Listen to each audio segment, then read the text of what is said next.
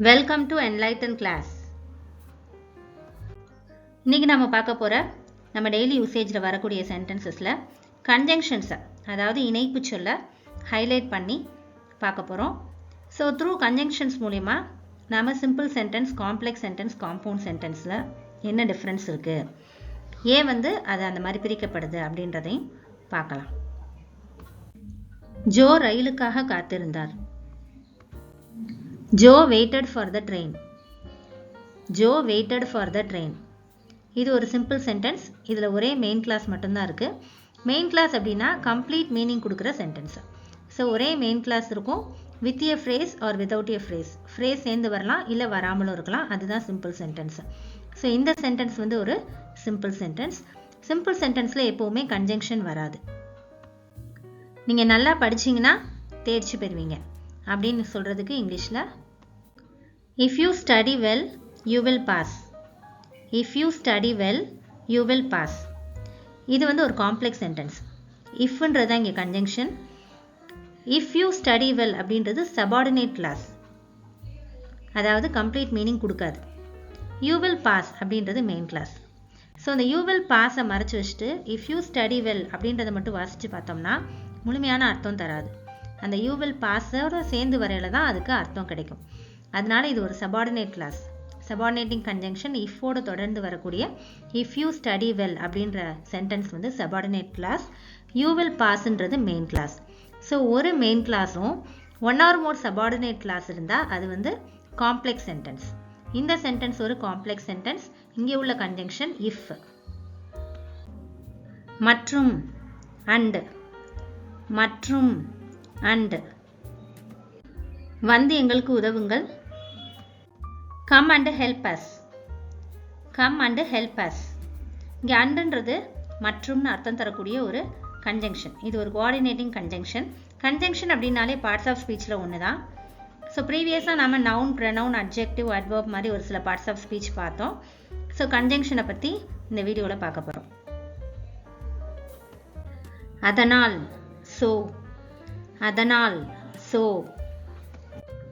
மழை பெய்கிறது, அதனால் நீங்கள் வீட்டிலேயே இருக்க வேண்டும் அப்படின்னு சொல்கிறதுக்கு it is raining, so you should stay at home. It is raining, so you should stay at home. இங்கே சோன்றது கன்ஜங்ஷன், கோஆர்டினேட்டிங் கன்ஜங்ஷன். இந்த சென்டென்ஸ் ஒரு காம்பவுண்ட் சென்டென்ஸ். டூ சென்டென்சஸை இந்த சோன்ற கன்ஜங்ஷன் ஜாயின் பண்ணுது. இட் இஸ் ரெய்னிங் அப்படின்றது ஒரு சென்டென்ஸ், அது ஒரு main class, முழுமையான அர்த்தம் தரக்கூடிய ஒரு மெயின் கிளாஸ் சென்டென்ஸ். மழை பெய்கிறது அப்படின்றது அதனோட அர்த்தம். You should stay at home அப்படின்றது கம்ப்ளீட் மீனிங் உள்ள அகெயின் ஒரு மெயின் கிளாஸ், அது அனதர் சென்டென்ஸ். ஸோ இந்த டூ சென்டென்சஸையும் நடுவில் ஜாயின் பண்ணுறதுக்கு சோன்ற கன்ஜங்ஷன் யூஸ் பண்ணியிருக்கோம். இது ஒரு கோஆர்டினேட்டிங் கன்ஜங்ஷன். ஏனெனில், பிகாஸ். ஏனெனில், பிகாஸ். நீங்கள் வீட்டிலேயே இருக்க வேண்டும், ஏனெனில் மழை பெய்கிறது. You should stay at home because it is raining. You should stay at home because it is raining. So பார்த்த அதே சென்டென்ஸ் தான். அங்கே சோன்ற கன்ஜங்ஷன் வந்துருந்துச்சு, இங்கே பிகாஸ் அப்படின்ற கன்ஜங்ஷன் வந்திருக்கு. இதுவும் அகெயின் ஒரு coordinating conjunction. Two main clause சென்டென்ஸை ஜாயின் பண்ணுறதுக்கு வருது. இது ஒரு காம்பவுண்ட் சென்டென்ஸ். சோக்கும் பிகாஸ்க்கும் இதான் டிஃப்ரென்ஸு.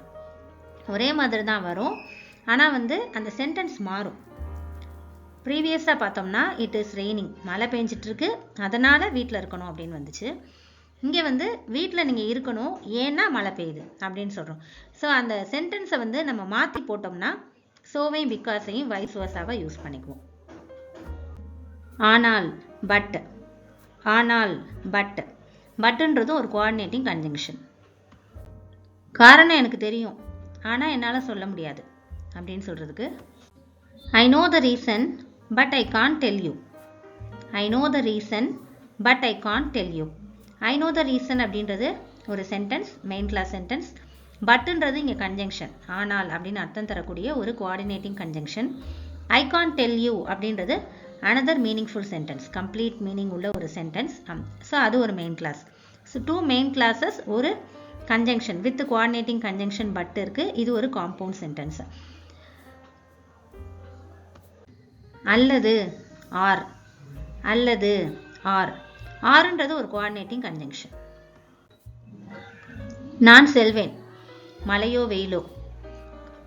அதாவது மழை வந்தாலும் சரி வெயில் அடித்தாலும் சரி நான் கண்டிப்பாக போயே ஆவேன் அப்படின்னு சொல்லுவோம் இல்லையா, அதை இங்கிலீஷில் I will go rain or shine. I will go rain or shine.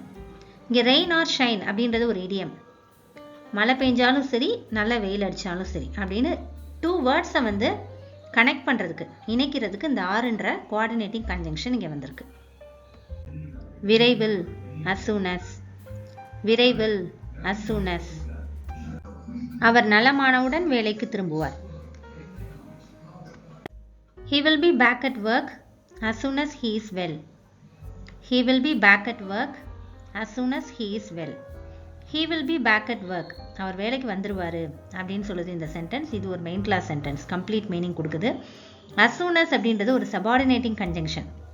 as soon as he is well. அவருக்கு உடம்பு சரியானவனே அப்படின்னு சொல்லிட்டு இது ஒரு சபார்டினேட் கிளாஸ். சபார்டினேட்டிங் கன்ஜங்ஷனோடு சேர்ந்து வர அந்த சென்டென்ஸை வந்து சபார்டினேட் கிளாஸ்னு சொல்லுவோம். ஏன்னா அது கம்ப்ளீட் மீனிங் கொடுக்காது, அது மெயின் கிளாஸை டிபெண்ட் பண்ணி தான் இருக்கும். இப்போ as soon as he is well, அவர் சரியானவனே என்ன, he will be back at work, வேலைக்கு திரும்புவார். அப்போ அந்த மெயின் கிளாஸ் இருக்கிறதுனால தான், மெயின் கிளாஸ் சென்டென்ஸ் இருக்கிறதுனால தான் இந்த சபார்டினேட் கிளாஸ் வந்து கம்ப்ளீட் மீனிங் கொடுக்குது. ஸோ இது ஒரு complex sentence. as soon as வந்து ஒரு சபார்டினேட்டிங் கன்ஜங்ஷன், இந்த சென்டென்ஸ் ஒரு காம்ப்ளெக்ஸ் சென்டென்ஸ். எந்தெந்த சென்டென்ஸில் சபார்டினேட்டிங் கன்ஜங்ஷன் இருக்கோ அது எல்லாமே காம்ப்ளெக்ஸ் சென்டென்ஸ். எனினும் தோ. எனினும் தோ. நான் வேண்டாம் என்று சொன்னாலும் அவள் வந்தாள். She came though I told her not to. She came though I told her not to. அவள் வந்தாள் அப்படின்றது she came, அதனோட அர்த்தம். இது main clause sentence, complete meaning கொடுக்குது. டோன்றது ஒரு subordinating conjunction. though I told her not to, நான் வராத அப்படின்னு சொல்லியும், எனினும் நான் சொல்லியும் அப்படின்றதோட ஸ்டாப் ஆயிடுச்சு. அந்த she came இருக்கிறதுனால தான் இந்த I told her not to வந்து கம்ப்ளீட் மீனிங் கொடுக்குது. இது ஒரு சபார்டினேட் கிளாஸ். ஸோ ஒரு மெயின் கிளாஸும் ஒரு subordinate class with a coordinating conjunction தோ ஓட வந்திருக்கனால இந்த சென்டென்ஸ் ஒரு காம்ப்ளெக்ஸ் சென்டென்ஸ். இருந்த போதிலும், இன்ஸ்பைட் ஆஃப். இருந்த போதிலும், இன்ஸ்பைட் ஆஃப். இன்ஸ்பைட் ஆஃப் அப்படின்றது வந்து சிம்பிள் சென்டென்ஸ்க்கு யூஸ் பண்ணக்கூடிய ஒரு ஃப்ரேஸ். மழையையும் பொருட்படுத்தாமல் அவர்கள் வெளியே சென்றனர். மழையா இருந்தாலும், மழை இருந்த போதிலும் அப்படின்றது தான் இங்கே மழையையும் பொருட்படுத்தாமல் அப்படின்னு வந்திருக்கு சென்டென்ஸில். இந்த இடத்துல வந்து அந்த இருந்த போதிலும் மறைவாக இருக்கு. They went out in spite of the rain. They went out in spite of the rain. They went out அப்படின்றது main class. in spite of the rain வந்து ஃப்ரேஸ். in spite of அப்படின்றது வந்து ப்ரிப்போஷன்னு சொல்லுவோம். இந்த சென்டென்ஸில் கன்ஜங்ஷன் இல்லை. ஒரு main கிளாஸும் they went out அப்படின்றது கம்ப்ளீட் மீனிங் கொடுக்குது. அது ஒரு மெயின் கிளாஸ் வித் எ ஃப்ரேஸோட, in spite of the rain அப்படின்ற ஃப்ரேஸோட வர்றதுனால இது ஒரு சிம்பிள் சென்டென்ஸ். இதுவும் இல்லை அதுவும் இல்லை அப்படின்னு சொல்கிறதுக்கு இங்கிலீஷில் நெய்தர் நார்.